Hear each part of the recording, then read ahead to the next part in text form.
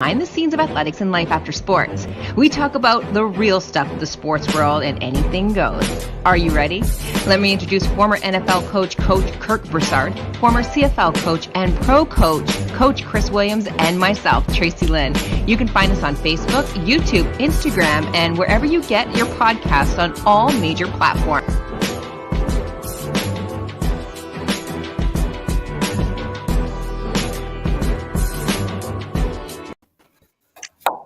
Hey, good evening. How are you? It is Monday. And that means it is the Play Callers Pod.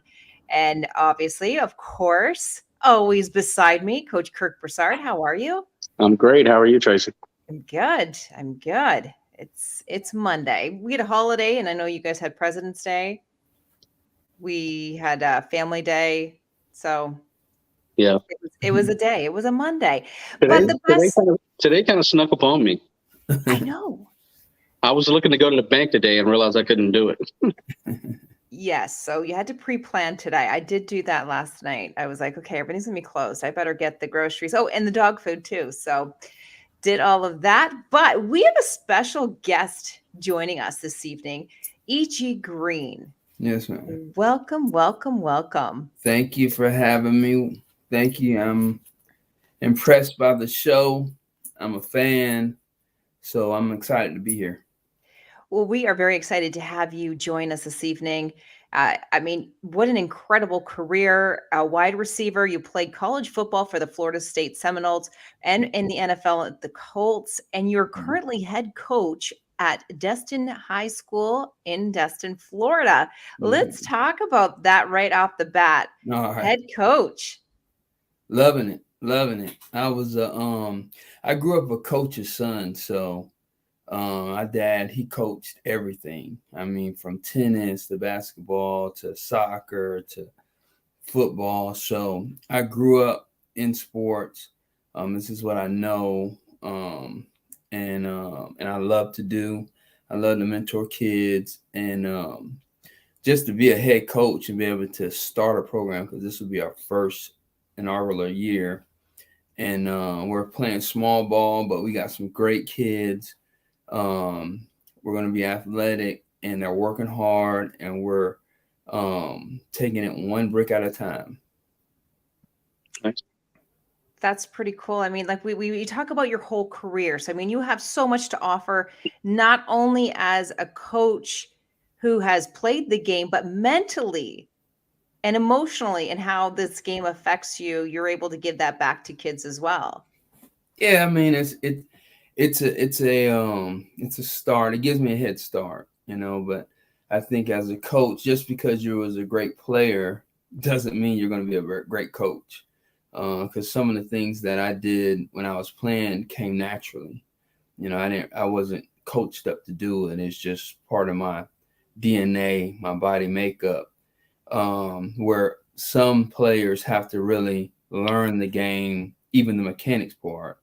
And so that's why I think a lot of the great players or good players don't always make great coaches. So you really have to dig deep and find and go into the nuances and go and learn and read and study. But I had the advantage of growing up in a household before VCR tape, before DVD and Huddle. I remember rolling the little film in the film for my dad. So I go way back of learning and drawing plays and watching him coach and imitating him. So I had, a great mentor and forerunner.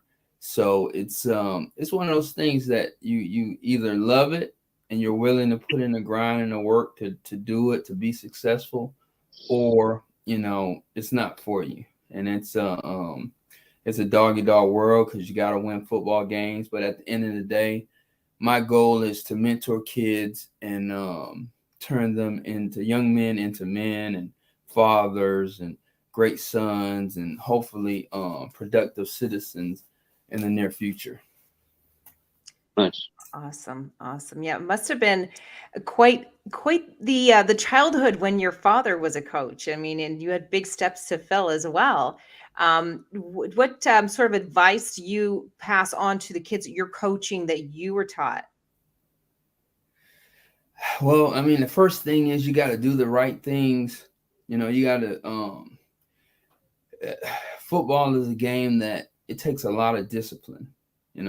I call it football one of the supreme team sport.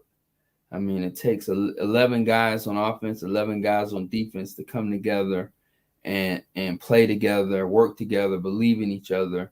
So, it takes a lot of discipline, a lot of give and take, a lot of work, a lot of sweat, I always say the blood make the grass grow, and football is not the game for the weak of heart, and it never will be. And I'm thankful that they've made it safe, but I still know that football taught me more about life than a lot of things did. And I think when my dad, he used football or any sports really as a teacher of life. He used sports as a vehicle to teach young men and women life. And I think that's the most important thing. I think football, all sports can do the same thing. I think football, for me, because I did play multiple sports, it gave me some toughness. It gave me some resolve when I got knocked down, I understood what it meant to get back up. And so just to be able to pass that on everybody, you're going to be born with a certain skill set. So, you're only going to be so fast. You're only going to be so big and tall. But I think you can develop toughness. I think you can develop the resolve. I think you can develop a positive attitude even when things aren't going the way you expect it to. But also, I think you can develop a way where when you are winning and when you are the top dog and when you're expected to win, to rise up to those expectations. And you learn all that in team sports, individual sports as well, but especially in the game of football. And that's what I think I took from my dad mostly, is just, using the game of football or any sport you're coaching as a vehicle to teach people the game of life. Wow. Coach Kirk Broussard. Hey, it's all yours. I mean, that's definitely a great metaphor to use, man. It sounds like, you and I've talked a lot about your dad, and, I've been able to pick up some stuff from what you've told me about, his impact on you, and definitely hats off, man, because sounds like he was a tremendous guy. Yeah, he was one-on-one. He was one-on-one. Awesome. Yeah. So, you and I kind of been acquaintances for a while, and I've always wanted to kind of, get you on an interview and kind of pick your brain about some stuff because, I'm from Pensacola, and you're from Fort Walton Beach. Yeah. And I went to Washington. Okay. And I was a freshman, and you were a senior or junior, I believe. Okay. And I got called up to varsity those last few games of the year. Yeah. And we played Fort Walton Beach. And I just remember you being the dude. You were the guy. You were the guy in the panhandle. I had my day in the sun. So what I'd like to ask you is, at what point did you start getting that interest from colleges? Did that happen in your sophomore year, your junior year? And how did that feel? And, what type of work did you have to put in to lead up to get yourself to that point, to get that recognition and start bringing in that interest from different universities? That's a good question. Well, I mean, for me, I was fortunate. My dad, like I said, had been coaching at Fort Walton for probably, I would say, 15 years before I got to high school. Mm-hmm. And it was, they maybe had 2 or 3 winning seasons. Maybe one went to the playoffs one year and lost. I think it was in 1984. But before then, not as much success in football as you would like. And then we had a year, about 2 years before we get to high school. We're in junior high. Now it's middle school, but we were junior high. We were at Bruner Junior High. We had a guy come in named Danny Warfel. And he became, obviously, most people know Danny Warfel went to Florida, won the Heisman Trophy. So he was in our middle school. And also we had a lot of great talent at just the right time. Sometimes that's what I tell people, you know, you have to be skillful and talented. You got to be disciplined. You got to do all the right things. But at the end of the day, the ball just has to bounce your way. You know what I mean? It takes a little luck. And we got lucky with bringing Danny in. I got lucky after my freshman year in high school that Jimmy Ray Stevens became the head coach. He was coming from Williston, had a lot of success, played at the University of Florida, was All-American there, All-SEC. And so he came with a lot of experience, knowledge, and knew how to build a program. And so what we already had in place, Danny coming in 2 years before, new head coach and the coaches that were there, it was just one of those things where what I tell guys is that if you want to be successful in anything, it's a lifestyle. You know, I listen to Kobe. I like to listen to the greats, and just I kind of pick out what they say in interviews, and I listen to Kobe Bryant. And Kobe, to me, it seemed like it was like basketball was his lifestyle. That was his life. You know, he had his family, and, you know, hopefully the key thing obviously is putting God first and your family second. But after that, once you decide on what you want to do at life, be passionate about it and make it a lifestyle. It's not like we just go to practice for 2 hours and then go home and forget about it. I think in high school for us, all of us, not just me, but all of us took football very seriously. You know, we worked hard in practice. We took practice serious, but practice was just a rehearsal for us. Me and Danny had already run routes before. We've already did our workouts. We didn't skip workouts. We didn't skip meals. We did everything we possibly could to maximize our talent and to help our team. And it was a 24-hour-a-day process. And I think with all those pieces coming together and the amount of work it took, it allowed us my junior year to have a lot of success. So we played some good teams. We almost lost to Washington my junior year when we won the state championship. I think it was 1991. We won the state championship. And I remember playing Washington. We also lost the game. I actually fumbled the football on a punt. About 10 seconds left. And they actually had a chance to beat us, and the defense stepped up and stopped them. But we actually went on. We didn't lose a game. We went 14-0. Actually beat St. Thomas Aquinas in the state championship in Bill Hill Griffin Stadium in Gainesville. And we wind up ranked number 5 in the nation in USA Today. And so that's what kind of catapulted me into the recruiting circles. You know, being around great players, being on a great team, put me in a position where college recruiters were then interested in my services. But before then, today is totally different, right? Today, I mean, kids are on the map by their 8th grade year because obviously we have podcasts like this. You have social media where knowledge can get out much faster, much earlier. When I was playing, you know, there was only what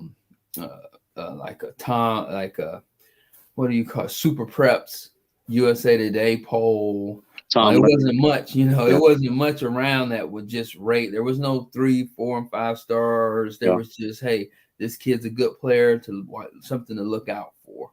So I tell all the players I talk to that are in high school, if you want to get recruited, focus on your team and playing good team football. Get into the playoffs, because, you know, high school, college recruiters really don't have, people think they have forever to recruit these kids. They have a lot of space, a lot of ground to cover in a short amount of time when they're recruiting. So obviously, if you're 1-10, 2-8, you know, they're probably not going to come to your school because they don't think they have any good football players, you know. But they're going to stop at schools that are playing for state championships. They're going to stop at schools that are 10-2 and 12-2, and, you know, they're going to take a look and say, okay, why are these schools winning? They have to have somebody that's playing. And so for me, it was you have to your works, the workload has to be a lifestyle. It can't be laborious to you. Something that you would do anyway. You know, it's something that you love to do. You not only love the games, but you love the practices. You love the weight room. You love to eat right. You love to be around guys that want to succeed and want to go to college. And I always say, man, you just show me your top 5 friends, I'll show you where your future lies. Yeah. And I had great friends. I had great teammates that were all wanting to do the same thing. And you know, the funny thing is, we've never talked about being recruited when I was at Fort Worth and Beach. I never once had a conversation about, you know, where I was going or the visits. Even with my closest friends, we never really talked about it. It was always about Fort Worth and Beach High School and making the Vikings the best we could possibly be.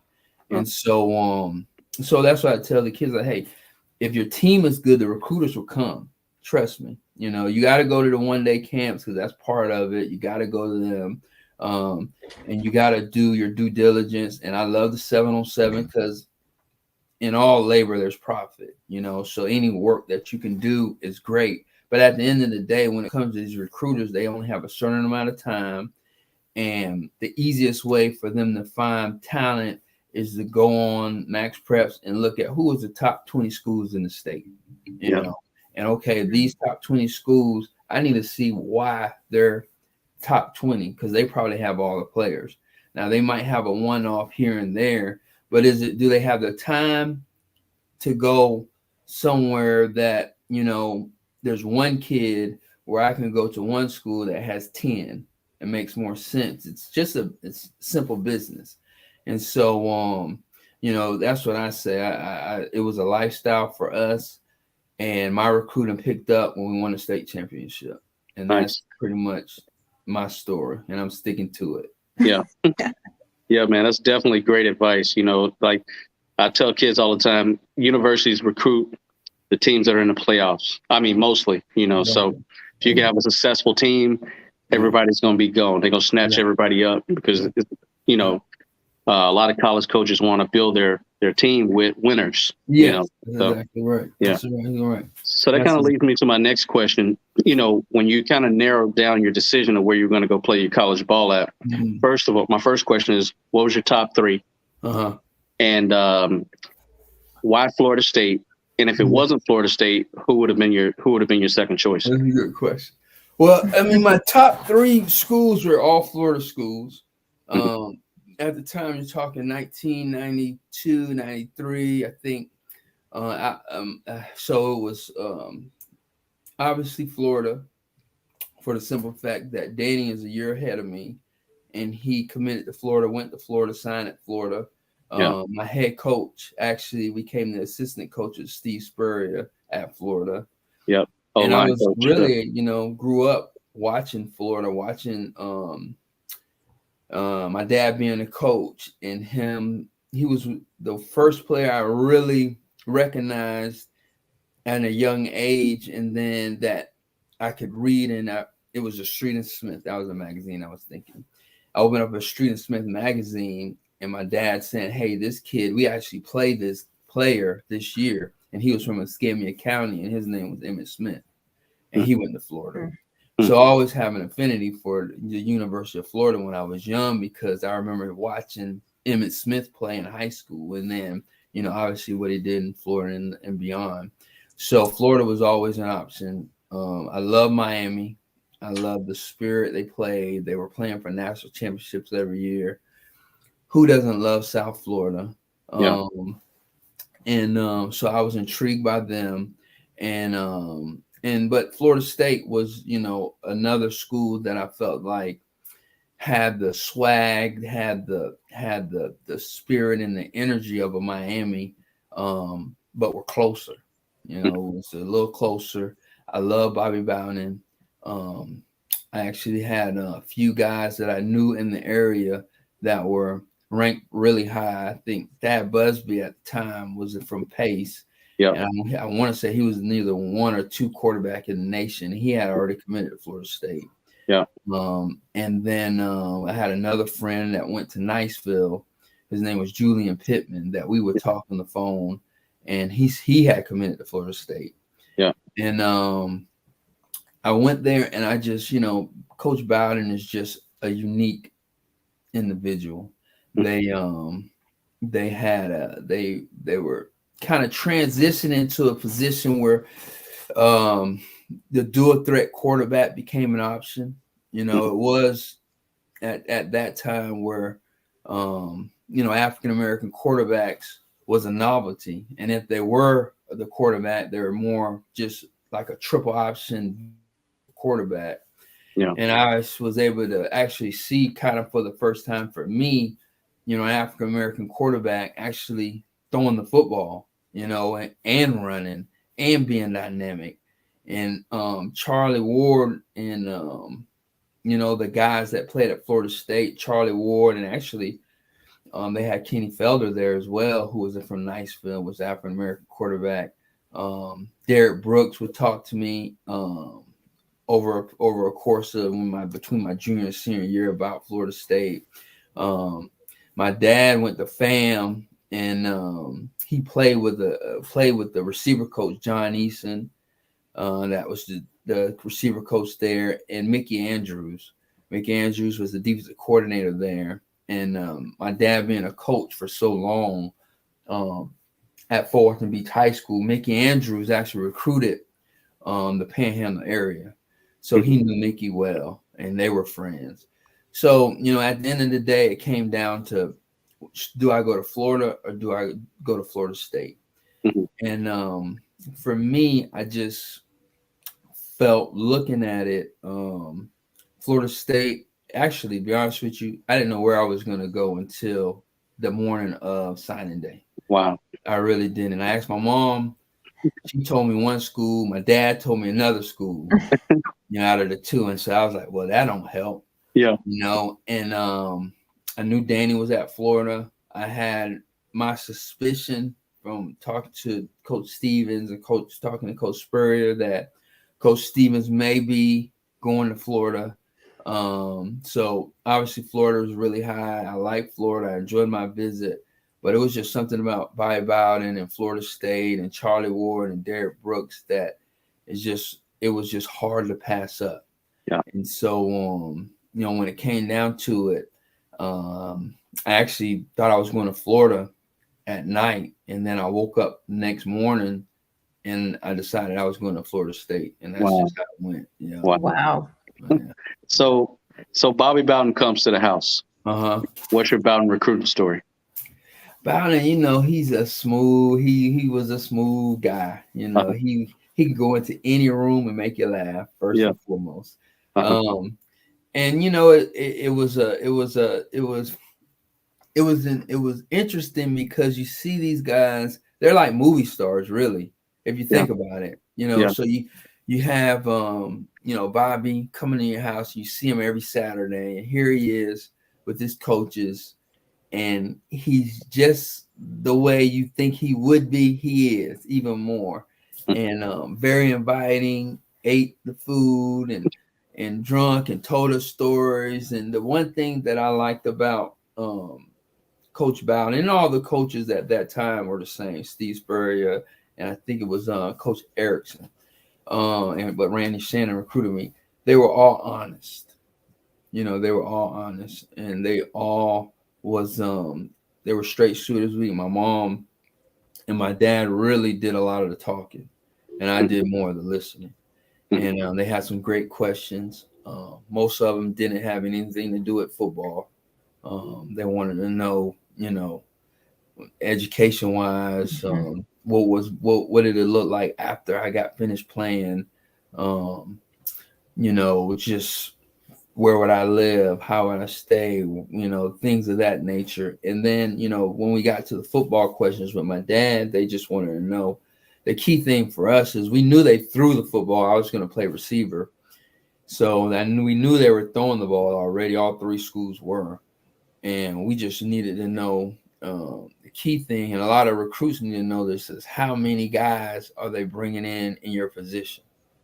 Because, you could be a top ranked receiver, but if they're bringing 5 receivers in your class, that makes it difficult. And plus, to me, it shows that they don't really know who they want.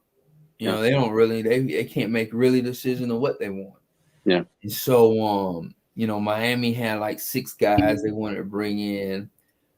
Florida was interesting because it was just really me that they were saying that they were recruiting, but Coach Biden was saying that there was only 2 guys that they really wanted.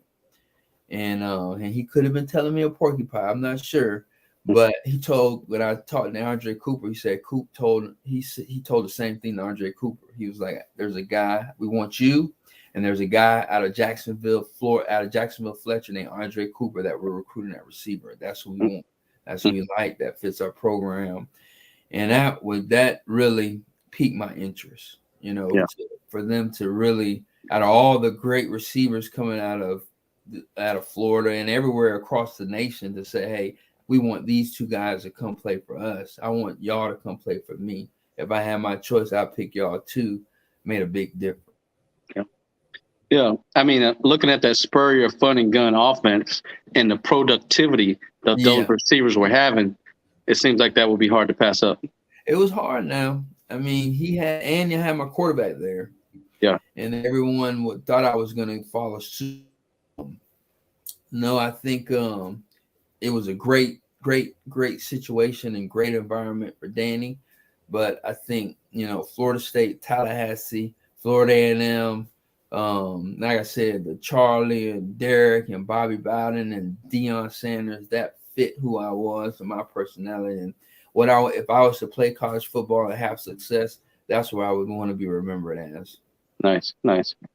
And talk about when you were at Florida State and you had established yourself as one of the most prolific receivers in the history of the school.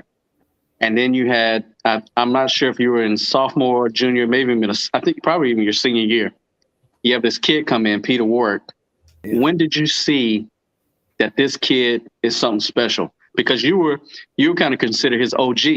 He probably tried to follow in your footsteps with a lot of stuff he did. When were you able to see, like, this dude is different? He's day one, man. He was better than me from day one, to be honest with you. Wow. Yeah, he was. I mean, he came in with him and Moss. Mm-hmm. Randy Moss was there. I mean, he went to Notre Dame, but yeah, Pete was he was a day one guy. He would have been, he could have started day one. He was he was good. I mean, he learned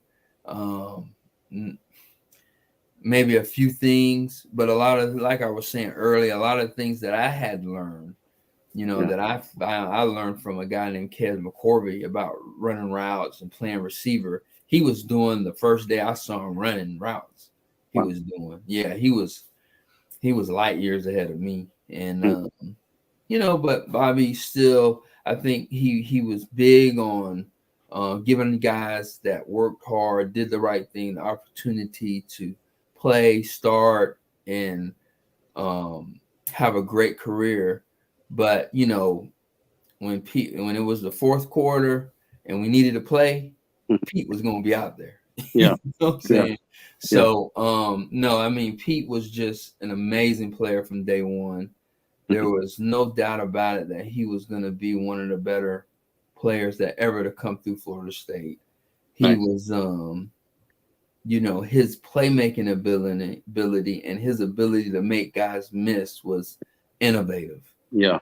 If you're a Florida State fan and you watch Peter Warrick play, that's what I would say. His way of making guys miss and breaking tackles and running in open space was an innovative thing that really, no one's seen, and very few, I think, has even come close to match, especially on the college level. Nice. So, and he came in, like I said, with that ability. So it was a fight to just get on the field at Florida State at that time. But at the end of the day, when I look at it, it was an honor that I was able to see that type of ability, because especially day to day, because a lot of people see it on Saturday or Sunday, but they don't see it every day. And Peter Warrick was enjoyable to watch. I'll even pay to see him play flag football at the spring football game every year, just to see him run around.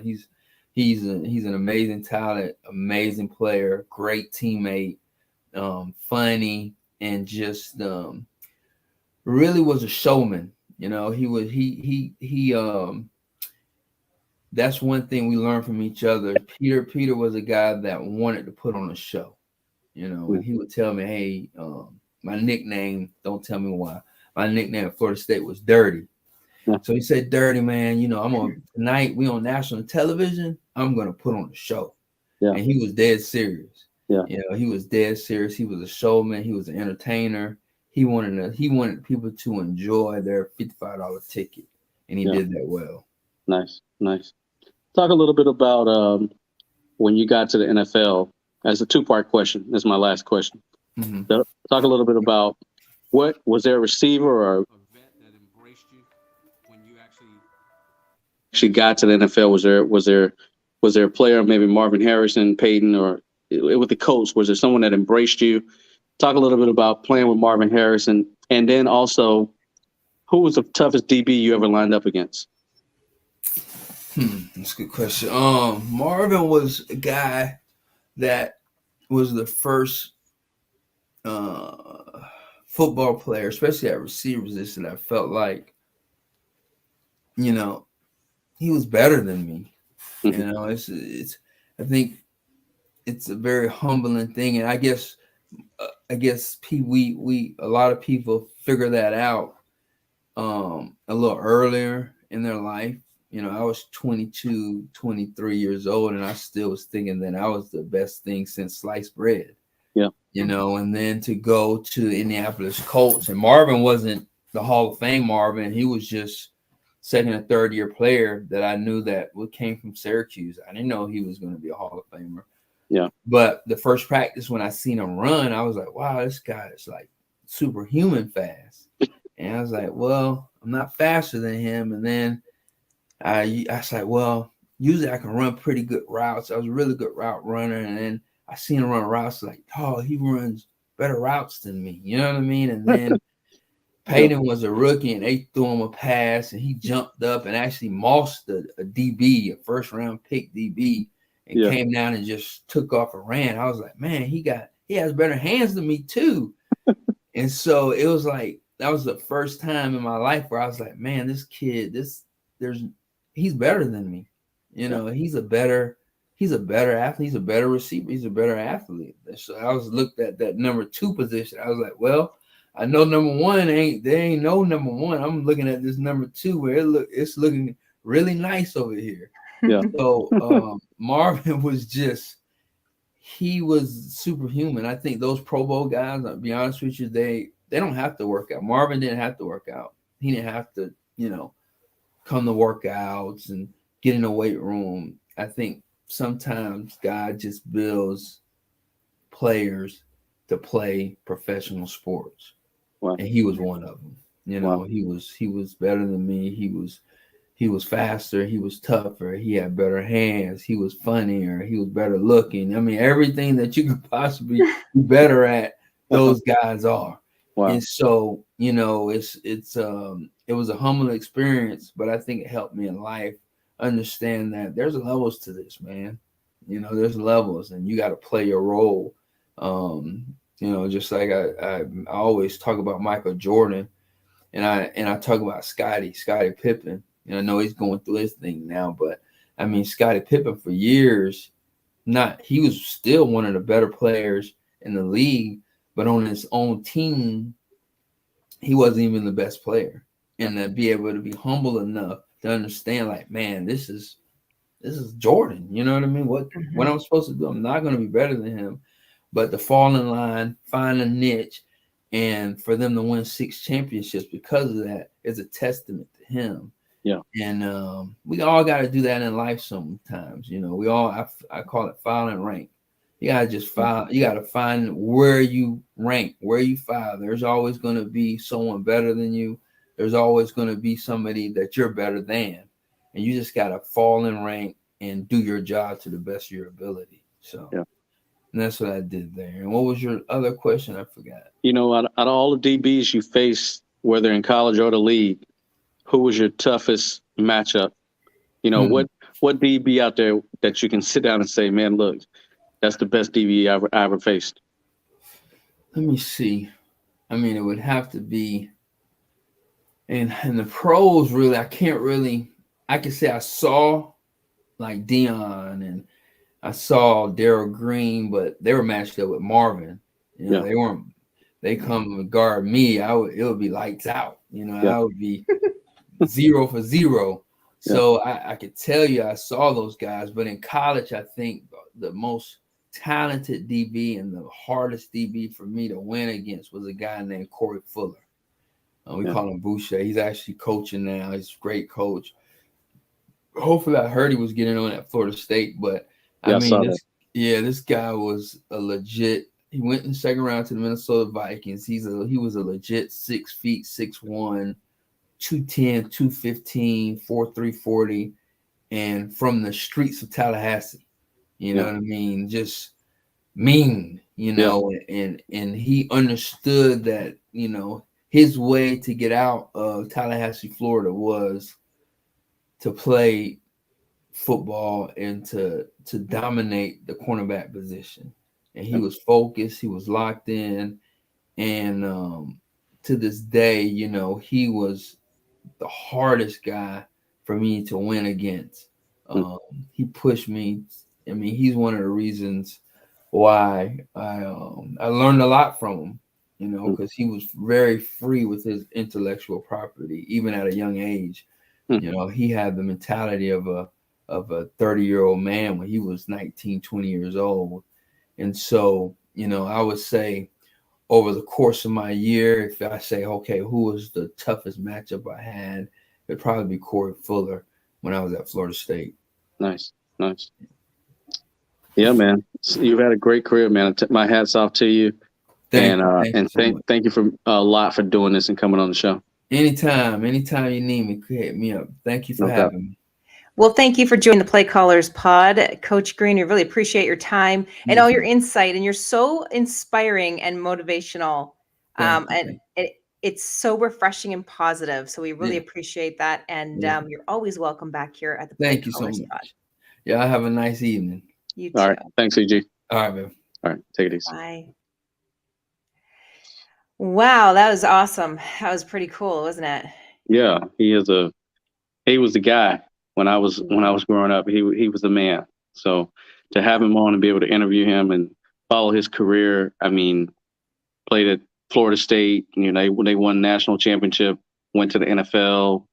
I mean, he's been a great player, and it was great to have him on. And he's very wise, as you can see. I can see why he's a head coach. Very inspiring.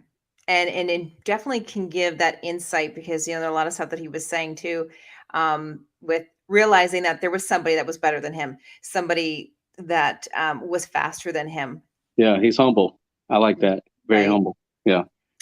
Well, joining us now, we have our second guest of the evening. Thank you very much, BJ Muckelveen, for joining the Play Callers Pod. How are you? I'm doing good. Can y'all hear me? You hear me good? Yeah, I can hear you. How's it going, BJ? Everything's going good. What's up, Coach? I'm good, man. Can't complain. Blessed. Oh, yeah, me too. I'm excited to be here, actually. Awesome. So we're going to talk about you this evening. It's all about BJ. So you are a CFL free agent. You're coming from a small college. And there's a journey that you've had. But definitely, like when I'm reading this resume of yours, unbelievable. All-American, all-region, all-conference, return specialist, all-conference wide receiver, school record holder, all-time punt return touchdown. You just, wow, in such a short amount of time. I'm going to start off with the, tell me about the moment that you knew that it was football, that you were destined to be in the game. So, funny story. I realized probably like 7th, 8th grade, I thought I was going to be a basketball player. And once I realized I wasn't getting any taller, that dream was kind of cut short. I started playing football probably elementary school, and I've always loved basketball, but since I got on the football field, I just felt something different. Like, I don't know. My coaches believed in me. I just knew like football was probably my calling to do. So I just really stuck with it. And here we are today. So interesting that a lot of athletes that are multi-talented when it comes to their athleticism. Like there's not just one game that they've played. Coach Kirk Broussard, what you got for BJ? Yeah, I wanted to get BJ on the show because, he's a guy that we met through an All-Star game in Virginia. I was coaching an All-Star game, and he stood out to me as probably hands down, one of the best prospects in the game. And, I've always felt, he's a pro player that just needs the right opportunity. So I wanted to bring him on the show because I know we have a lot of people that watch the show that have been in his shoes, that have, been to different workouts and CFL workouts, NFL workouts, that have been free agents or bubble guys that are really looking to get out that opportunity. So I really want to bring him on the show to kind of share his journey, share his wisdom of, what has he gotten out of workouts? What would he do differently? What led him up to this point to, have the success that he had in college, as well as have the opportunities that he's had to play pro football, and just kind of, introduce himself to the world and kind of, allow people to have an insight into his journey that may get some, help, from his wisdom or his experience. So my first question would be, BJ, coming out of a small school, you went and played in a Dream Bowl in that All-Star game. You got that opportunity. What has it been like since then? Have you been going to CFL workouts? What teams have you worked out for? Have you had private workouts? I know you may have had a pro day, I believe, and how did that go? And, what's up next for you as far as trying to get on with a pro team? Yep. So I'll start back. So about after the Dream Bowl, as you know, Coach Broussard, I was training in Houston at Dynamic Sports Training. I was there from January to March, doing all my training up until combine, draft, and everything. As soon as training ended, that's when COVID hit. So kind of canceled everything. So I actually didn't get to have a pro day. I had a pro day lined up for Lenore Ryan. Think I had a good opportunity, but all that got canceled. So what I was able to do when I came back home, got with my parents, actually recorded my own pro day, like basically at the field on our own, best I could do. Sent it to my agent. Didn't really hear much. I mean, the whole world was basically going through the same situation I was going through. So nobody really had an answer on what was right. So I mean, I did what I thought was best at the time. After that, continued to train hard. I mean, literally every day for the next probably 5 to 6 months, and then eventually still didn't hear anything. So as you know, I got a degree in business management. So I decided to still train, but also work, because I was like, I got a degree for a reason. So I'm working now, actually selling cars at Lexus, and I'm actually doing my workout 5-6 days a week still. So I'm still maintaining everything while working. So I think I do pretty well time management wise. So that's definitely good. Nice. Well, one of the reasons I got you on the show is because, Coach Williams, who I was hoping to have on tonight, he's worked in those personnel departments in the CFL. And I feel like that's the next step for you. Like, I vouch for you. I feel like you're a pro player somewhere. Someone should give you an opportunity. And also we got Tracy, who is working with the Hamilcat, the Tiger Cats. Excuse me. Okay. And so that's just two people that are plugged in that I want to bring you on, meet, and kind of establishing a relationship with, and maybe, Coach Williams can get your film in the right hands. I mean, you really never know what could happen. So I want to definitely put you in touch with Coach Williams, as well as I kind of want you to talk about, have you worked out for any CFL teams? Well, you mentioned that you had COVID, and now that COVID is kind of like, a little bit, we're kind of past it for the most part. Have you gotten any calls? Have you had any workouts? Are there any workouts that you have coming up? What do you have to look forward to? So as of right now, I haven't worked out for any teams. Again, with COVID, I had workouts for CFL teams, numerous teams, and once again, that got canceled back then. Haven't really had a lot of contact with teams. Yep. One thing I've been able to do is kind of my mindset, what my college coach always said, control what you can control. So staying in shape, doing my workouts, making sure I'm ready. No matter when the opportunity comes, I want to make sure I'm ready for it. So I've been doing everything in my power to make sure whenever the opportunity is coming, I'm ready for it. Like I said, I'm working out 5-6 days a week, hitting the field 3-4 times a week. So just trying to maintain everything. So when the opportunity does come, I'll be able to put my best foot forward and be ready for it. Are you still working with the same agent, or have you moved on to a new agent? Yes, sir. Same agent. Okay, gotcha. So what is he telling you? Is he trying to spread your film? Is he trying to make phone calls for you, or what is he doing? Yep. So we've been in contact. He hasn't really heard much. I know with the USFL, XFL, different leagues like that coming up too. He's been trying to get more details about kind of what's going on with those, because those are up and coming. But really haven't heard much. Like I said, it's still just doing what I can control, and then as soon as something comes, I'm ready for it. Did you were there any opportunities, since COVID kind of ruined a lot of your pro days? Is there any opportunity for you to get into like the following year pro day? Did you make any type of contact to see if that's a possibility? Yeah, so I talked to my agent about that, and we tried to get in, but most schools that we reached out to were saying that they're not accepting previous year guys as kind of fresh out guys. So I wasn't able to get into anything there, but that was an option I was trying to look forward to. Awesome. So yeah, man, I definitely would like to get your film and get that in the hands of Coach Williams, because he's a guy that's definitely plugged in to the CFL.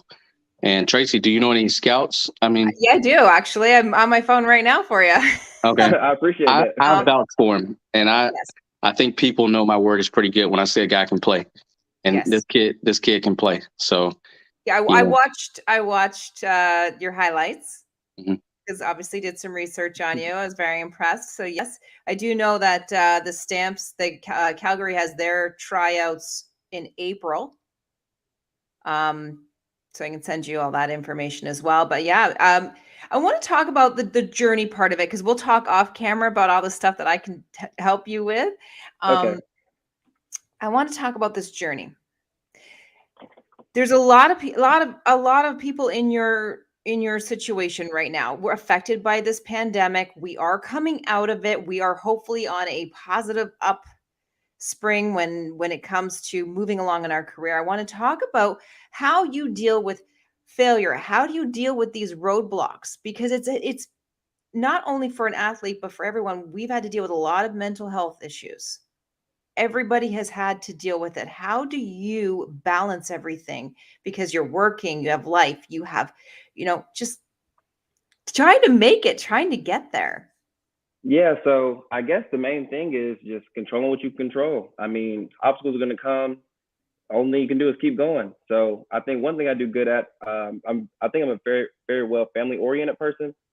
So my parents, my family, I make sure I keep in contact with them. They keep me motivated.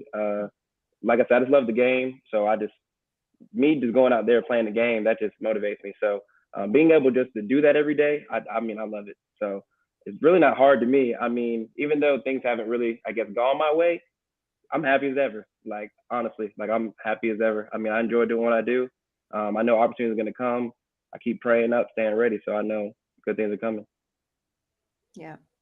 There's, there's a lot of stuff that goes into it. So what would your advice be to someone who is going through this journey, or someone who's looking up at you right now and thinking, hey, I want to do what he's doing. I want to be him. What would your advice be? Because not everything is run smoothly, right? Nothing ever runs as smoothly as we want. We always have something that we have to deal with. So what's your advice to them? My advice is don't quit. If you're really passionate about something, never quit. I mean, I've seen a lot of guys, because they've gone the same situation I've gone in, they're kind of after a while, they're like, yeah, I think I'm gonna just give it up. I feel like if you really invested into it enough, don't quit. I know Coach Broussard, we talk every now and then. He knows I'm always working. He encourages me to work. He's like, hey, you probably need to go a little harder, but hey, I'm always working. So don't quit. That's the main thing. If you're passionate about something, go for it, all in. Yeah.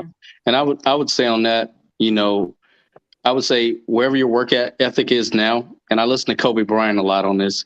He talked about how, he was up 2 to 3 hours ahead of everyone else, and he would work 2 to 3 hours more than everyone else, and then go through the same practice that everyone else went through.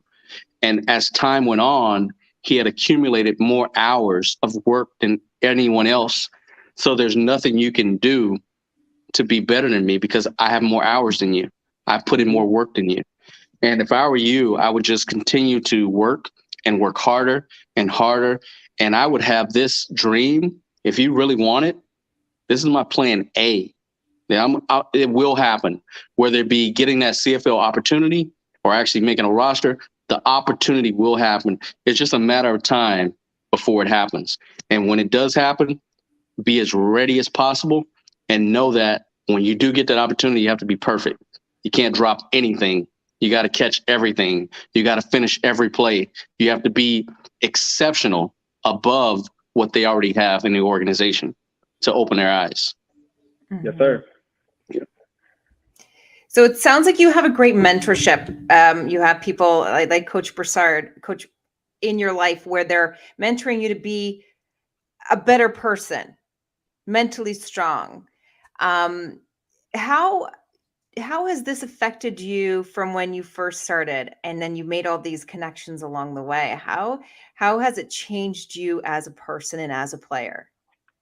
I feel like a little bit more about my background. My family is basically a family of athletes. I have two cousins play professional basketball and one professional baseball. So I've always been like seen as like the one that's supposed to make it next. So, and then all my friends, like I said, coming from elementary school to now, play in CFL, NFL, whatever. So it's literally like my whole life, because literally everybody I know is either in it or been in it, whatever. So that kind of just motivates me, and they actually drive me because I'm going against people, like I said, that play in these leagues, and I compete. So I'm like, there's no question. There's no way I can't play against the best, because I can literally beat the best, and those are my best friends. So that just really motivates me and drives me. And I know what I'm capable of. I know Coach knows what I'm capable of, and I just love having fun with it. Yeah. It's a great outlet.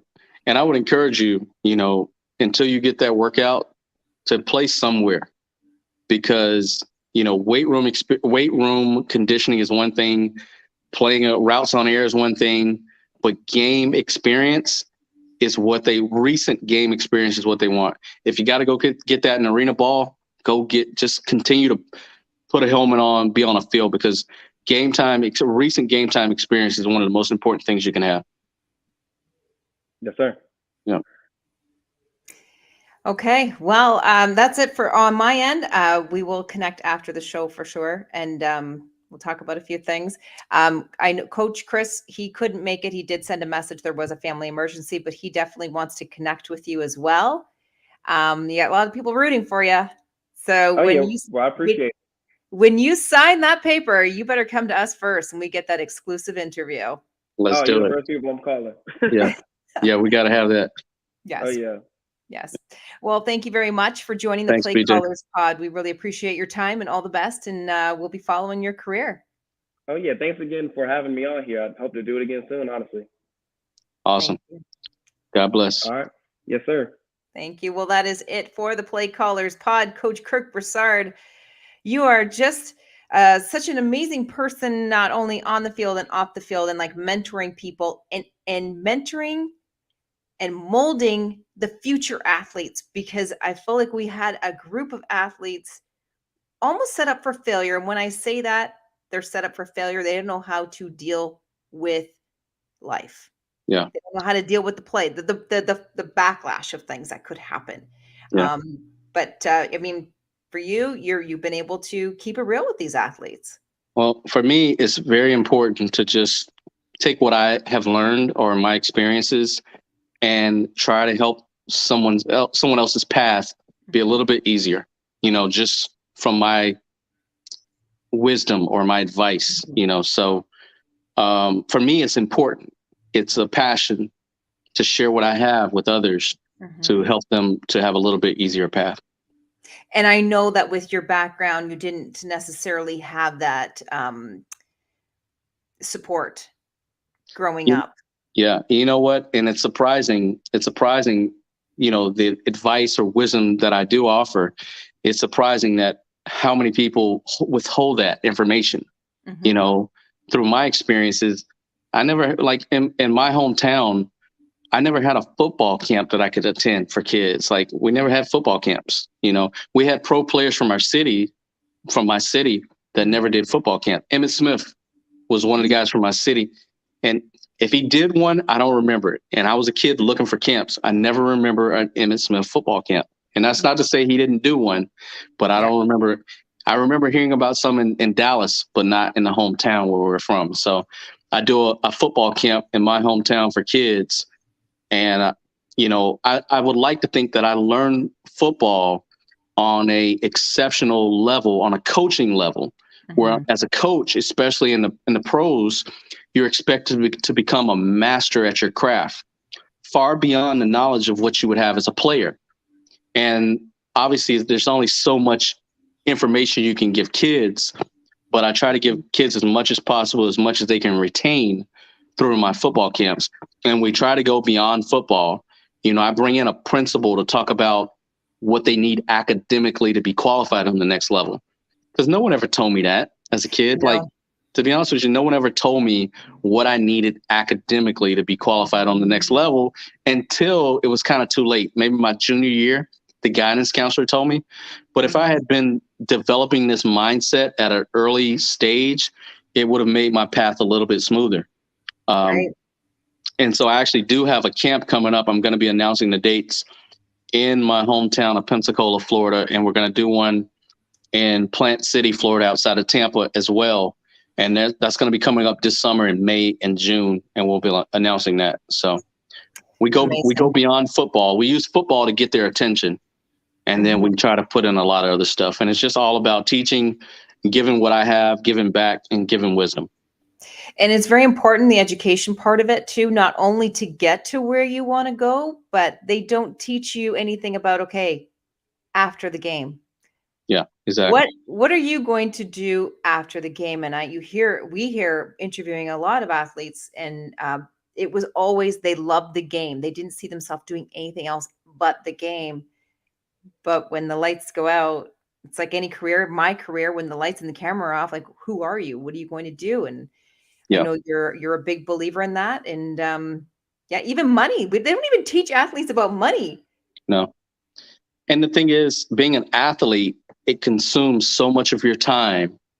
You don't really have the time to learn a lot of other aspects of life. You're so consumed with being an athlete because there's so high demands on you to actually perform at a high level. And so there's a lot that you really don't get as far as development that they should be developing you all alone to understand finances, to understand, how do I operate in a corporation? Because you do get a lot from team sports. Yeah. It does teach you how to work as a team, but there's still some elements that you need to develop to be able to work in a corporation. And football, you can't play it forever. Unfortunately, our bodies don't allow that. So. Yeah, this thing called getting old. Yep. I'm not a fan of it.